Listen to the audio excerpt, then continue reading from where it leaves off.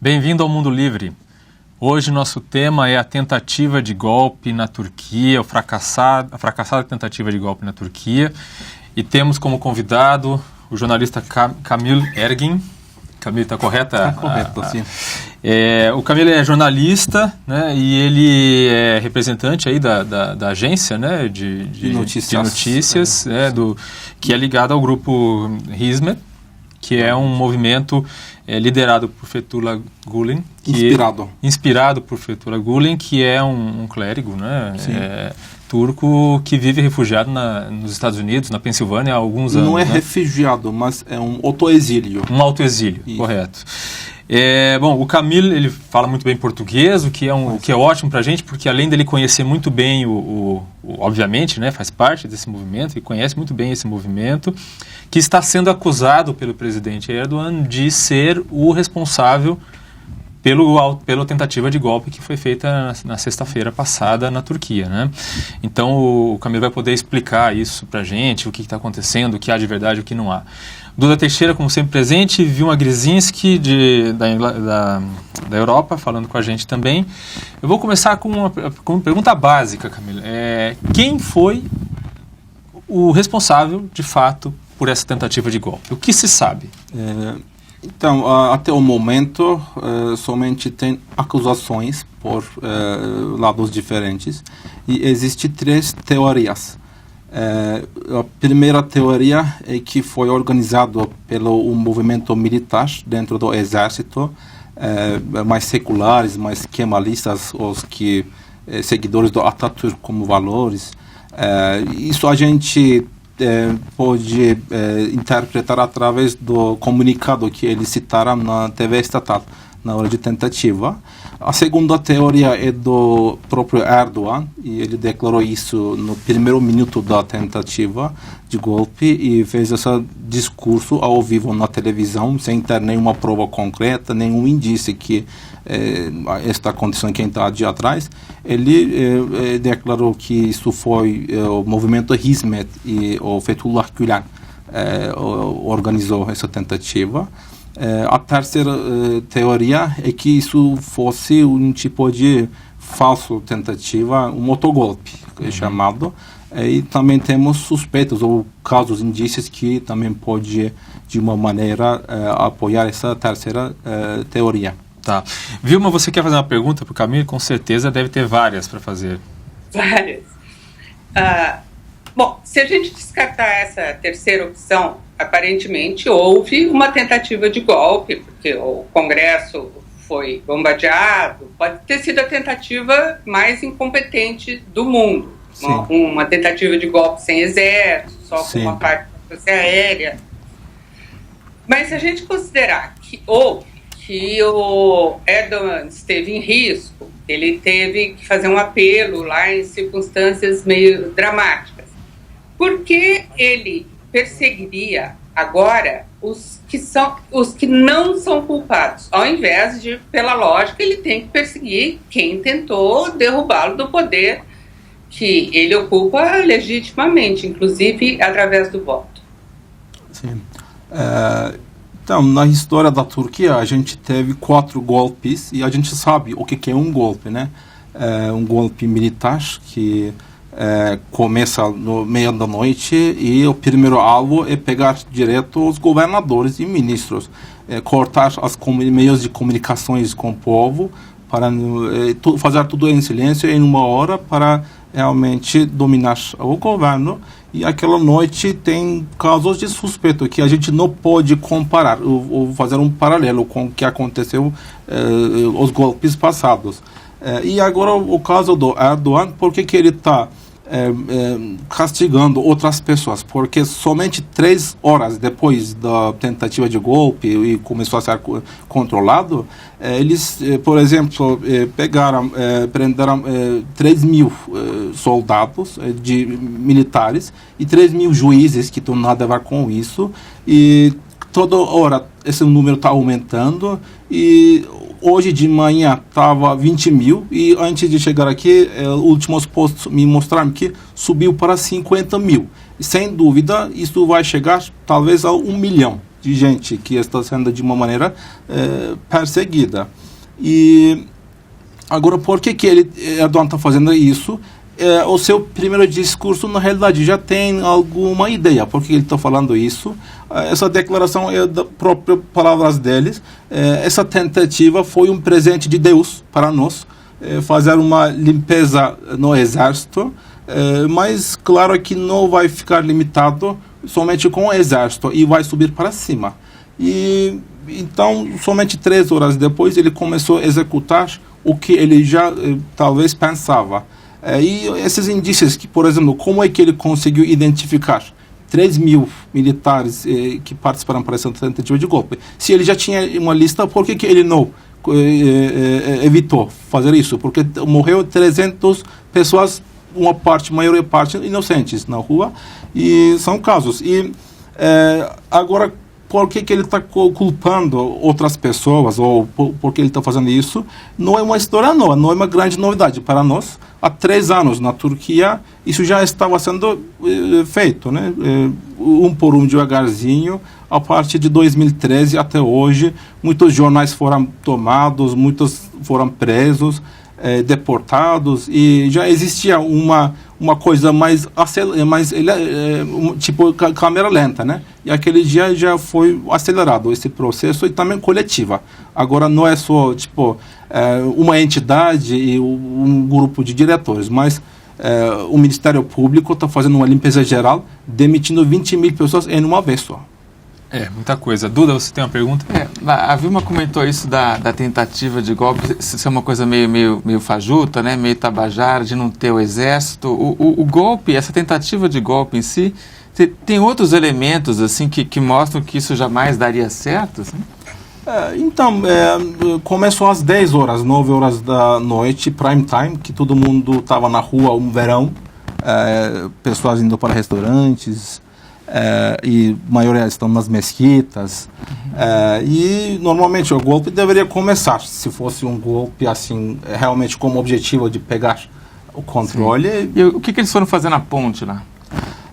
Então, é muito estranho. Os militares jovens, né, que diretamente recebem ordens dos comandantes, eles declaram depois que os comandantes os levaram para um treinamento. Uma parte, eles disseram que estamos indo para um possível ataque terrorista. E aquele gente na ponte não sabia. Claro que menos comandantes, que tinham uma ou dois... Aliás, vamos mostrar aqui uma cena de... Enquanto você pode continuar falando, claro. Camille, vamos mostrar um vídeo que mostra um tiroteio ali de... Então, foi um helicóptero atirando contra uma estação policial? Esse vídeo? Sim.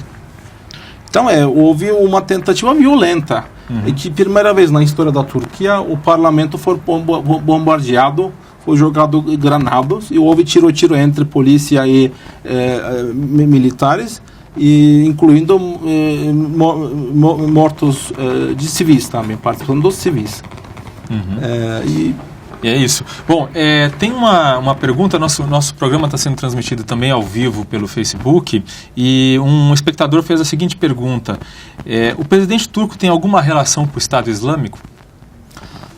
Então, até hoje, a comunidade internacional, incluindo a Rússia e outros países, fizeram algumas declarações, até tentaram publicar matérias, e dentro das Nações Unidas, a Rússia ia lançar um documentário, e depois cancelou quando a Turquia já começou a reconstruir suas relações.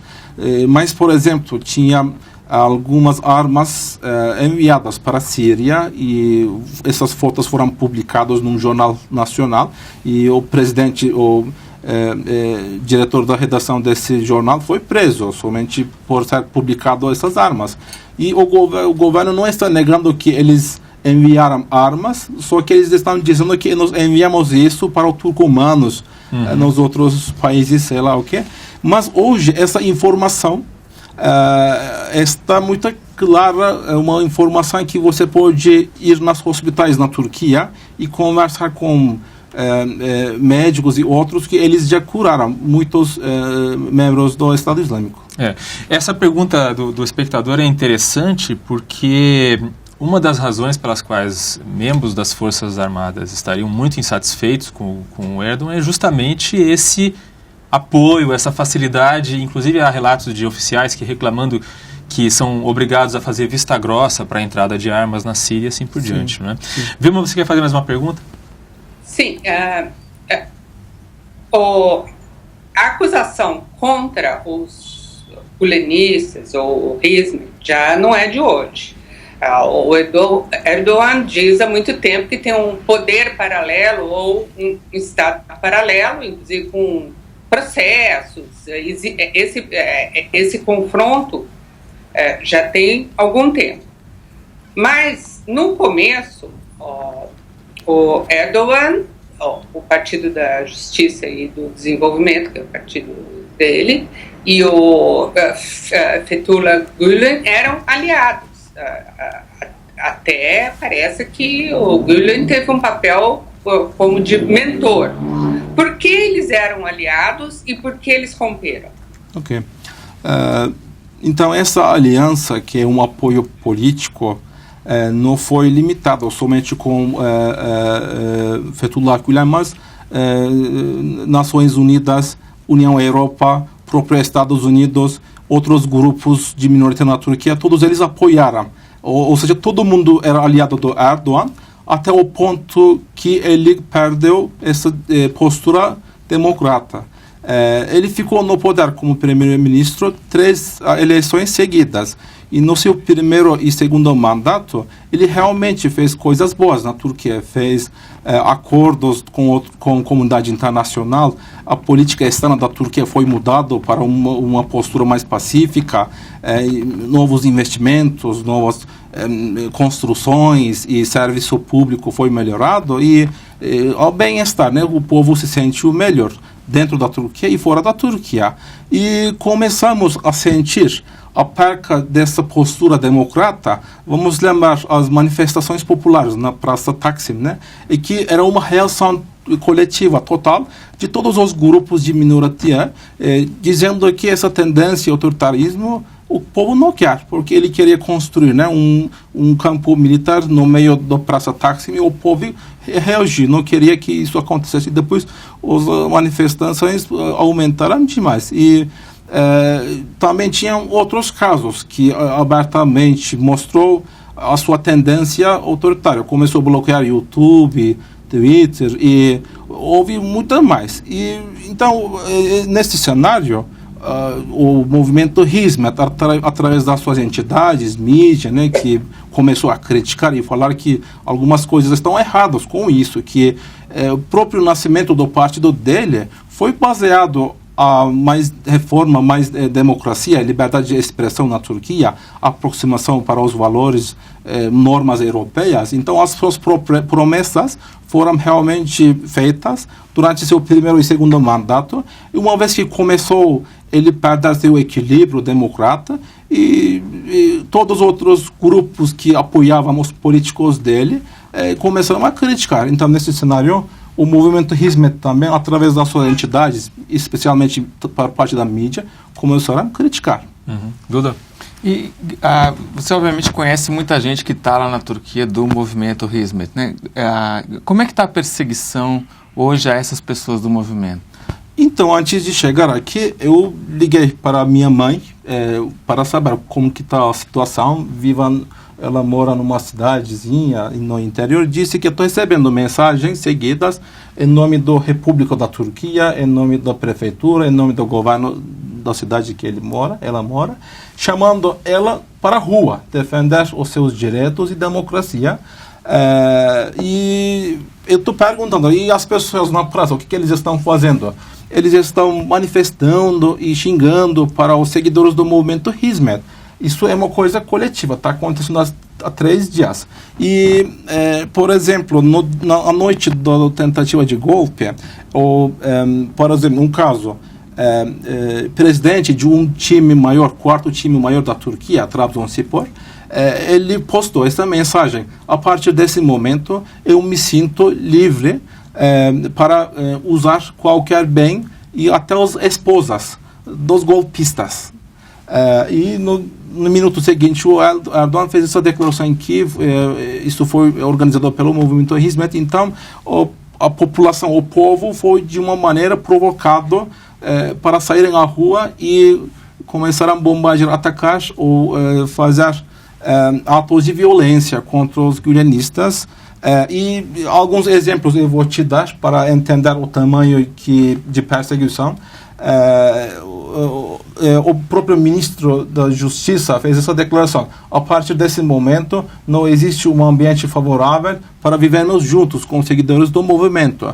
E algumas horas depois, um restaurante pendurou uma lona, dizendo que aqui nesse restaurante não pode entrar nenhum simpatizante do movimento.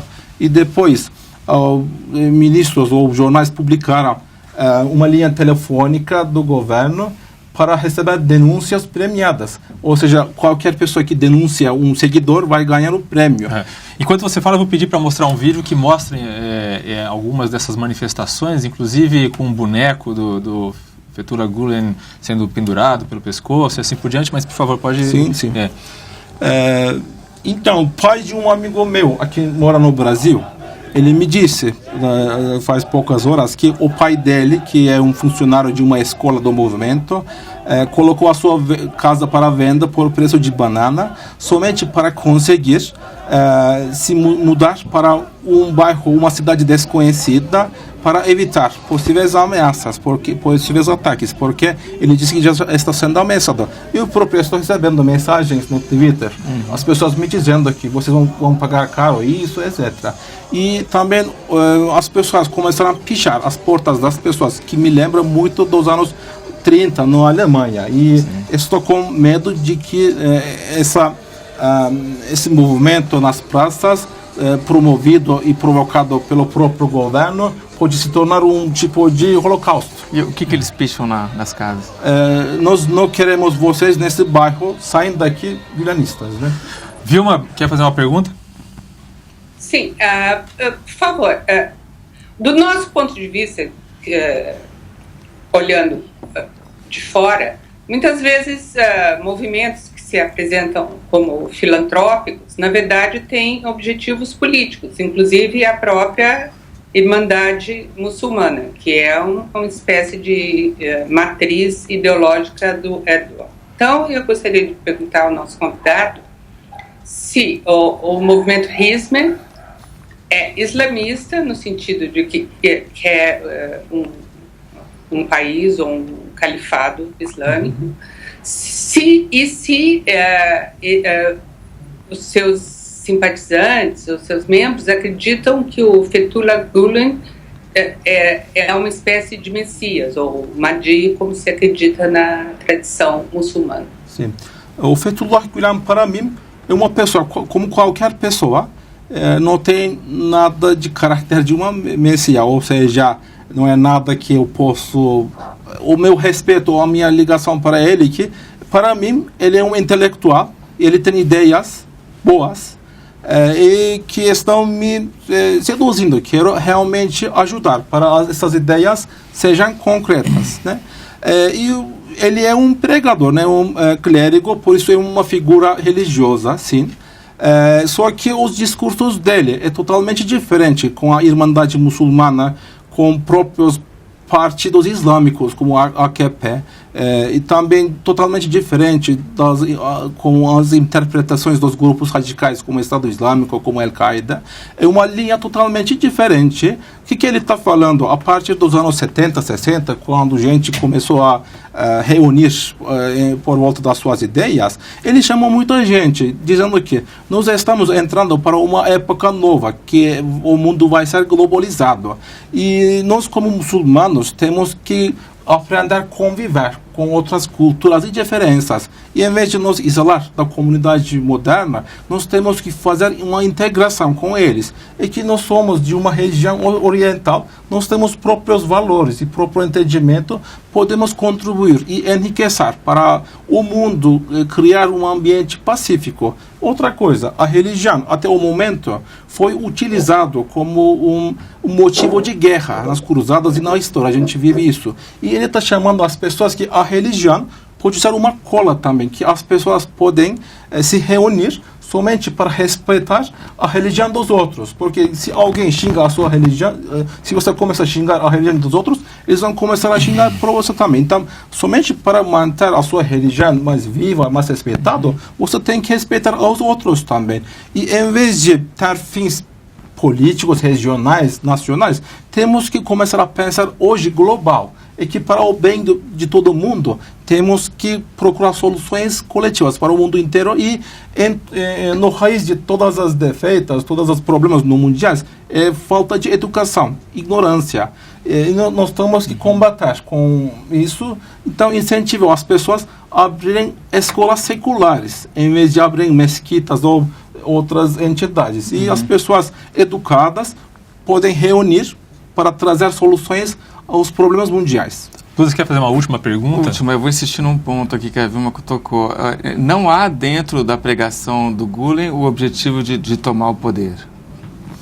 Então, ele declarou várias vezes que ele é um pregador, ele é um funcionário público nesse sentido, e ele não é que começou a comandar as pessoas. Ele era um imam na mesquita, fazendo a sua própria sermão, falando com suas próprias ideias, e as pessoas começaram a perguntar para ele como é que a gente pode ajudar para você e para também realizar as suas ideias. E as pessoas começaram a perguntar, é melhor abrir uma escola, ou é melhor abrir uma fábrica, ou uma mesquita? E ele disse que, no meu ver, você pode fazer esse projeto. E as pessoas começaram a se reunir para criar projetos sociais, como escolas, hospitais, uma entidade de ajuda humanitária. Sim, mas é um pouco o que a Irmandade Muçulmana faz no Egito, né? Mas existe a ideia de também... Então, se ele tivesse esse alvo, ele ia começar um movimento político. E ele também recebeu muitas propostas de ser deputado, ser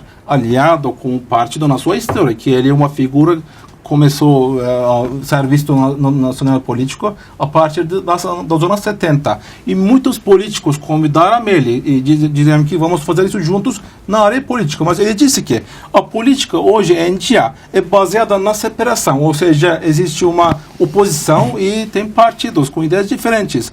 Ele está vendo que alguém pode fazer isso, mas eu quero contribuir ao mundo tentando educar as pessoas, ou incentivando para as pessoas educassem um por outro. Se ele tivesse um alvo para fazer algo assim, ele ia ou fundar um partido, ou ele ia ficar aliado, ou ele ia aceitar ser deputado. E por isso ele é uma caráter totalmente civil, na sociedade civil, que o mundo moderno hoje, o mundo ocidental, vê que isso é muito importante, ter uma sociedade civil através das ONGs, para equilibrar, né, o Estado, o mandato.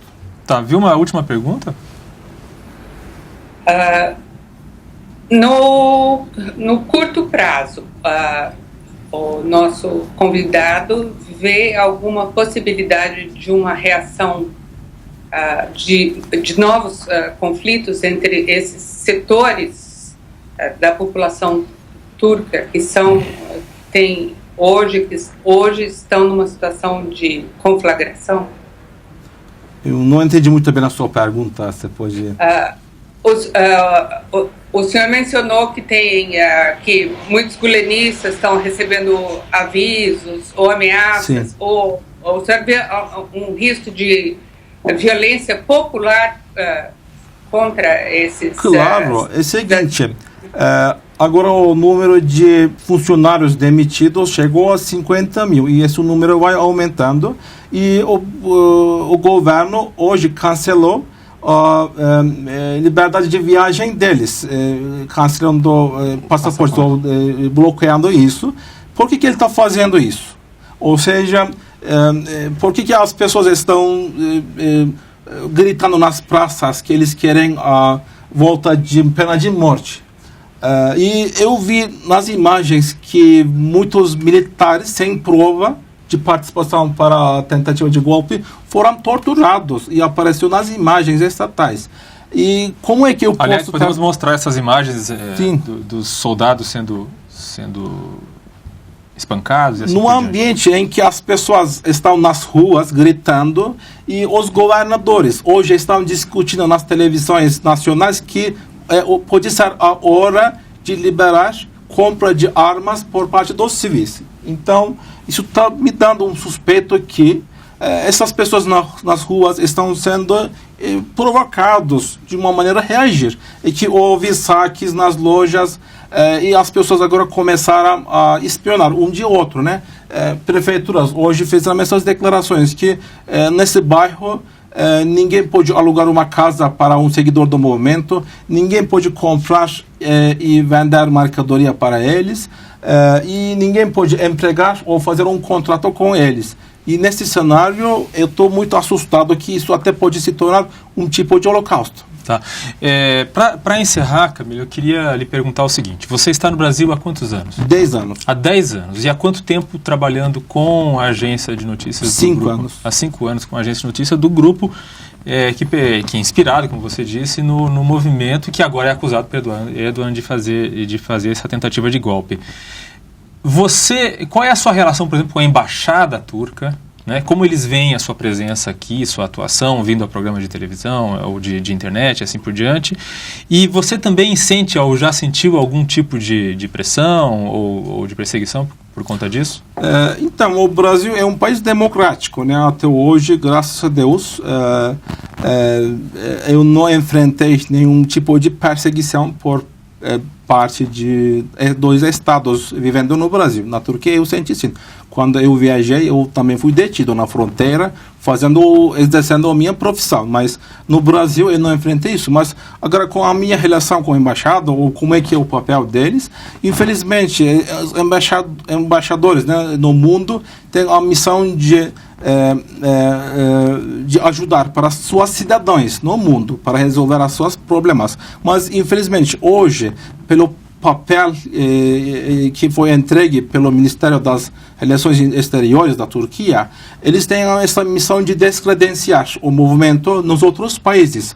E eles estão jogando cartas diferentes conforme o caráter do país. Por exemplo, na Somália, onde existe um país pobre que recebe ajuda direto do governo, os funcionários públicos são pagos pelo governo turco, eles comandaram, o embaixador da Turquia pediu que o governo da Somália fechasse as escolas do movimento e deportassem os seus seguidores, e eles fizeram isso em um país que é pobre e também de nível cultura de democracia não tão mantido. E na Europa, por exemplo, os fanáticos, torcedores do Erdogan começaram também a bater as portas dos seguidores. E aqui no Brasil? Com você, especificamente? Então, aqui no Brasil, eles devem estar fazendo a mesma coisa, né, para descredenciar o movimento no Hizmet e para pedir, talvez, de forma oficial, que eu vi que eles estão também declarando noticiários ou através dos comunicados que a tentativa de golpe na Turquia foi organizado, sem dúvida, pelos seguidores do movimento. Então, os outros países também devem combater com esse grupo, que um grupo totalmente pacífico. Nós condenamos no primeiro minuto, sem esperar quem foi o organizador desse golpe, ou se eles até vão conseguir ou não. Publicamos declarações na hora, e que o próprio Gülen já fez essas declarações durante a sua vida, que 20 anos atrás disse que não há volta do caminho de democracia. Nós estamos bem decididos para ir ao caminho de democracia, em torno de valores humanos, valores universais. Nós podemos trocar nossas culturas e podemos colaborar nos projetos sociais para procurar soluções aos problemas locais, no Brasil, por exemplo. Muito bem. Obrigado, Camilo Ergin, pela presença, pelas explicações. Duda, obrigado. Vilma, muito obrigado. Este foi o Mundo Livre, toda terça-feira em TV. Até breve.